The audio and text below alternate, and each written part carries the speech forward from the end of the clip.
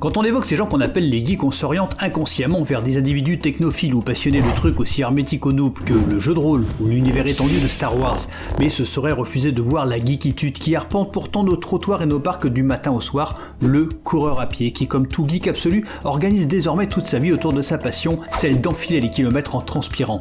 La preuve.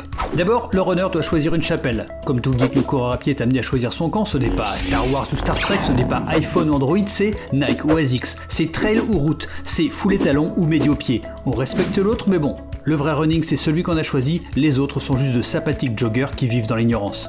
Il a surtout choisi une montre, et comme tout geek, il a mis une somme considérable dans cette pièce centrale de sa passion. Et si vous vous demandez pourquoi le runner a autour du poignet un truc plus cher que votre ordinateur, c'est parce que le truc le plus satisfaisant dans la course à pied, ce n'est pas l'endorphine que vous sécrétez ou ce genre de fable, non.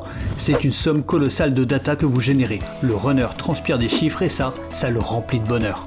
Oui, parce qu'il mesure tout, et surtout des trucs improbables. Comme tout geek, le runner pense que le diable est dans les détails, alors il mesure son rythme cardiaque, sa cadence de foule et son oscillation verticale, sa VM, sa VO2 max et 1000 autres trucs qui n'envoient qu'un seul et unique message. Oui, l'entraînement, ça paye, et dans ce monde incertain, ça fait du bien d'avoir une garantie et de sentir qu'on progresse. Et c'est précisément ce dont on va parler dans le point suivant.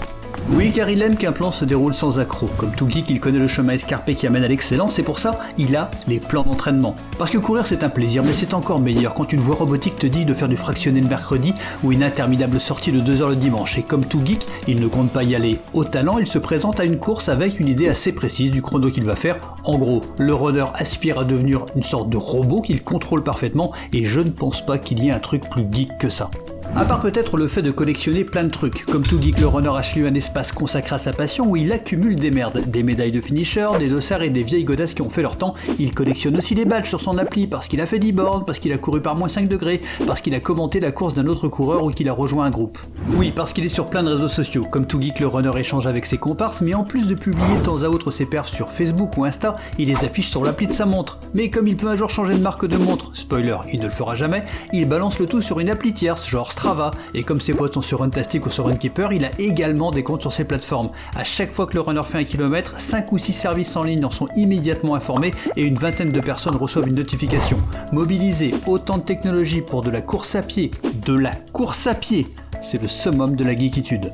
Comme tout geek, il se tient au jus de tout ce qui sort et quand un record du monde du marathon tombe grâce entre autres à une lame en carbone dans une semelle, le runner envisage sérieusement de réunir 200 ou 300 balles pour les essayer et, le cas échéant, dire que c'est de la merde parce que rien ne vaut le minimalisme et la course aux sensations, comme il aime à le répéter.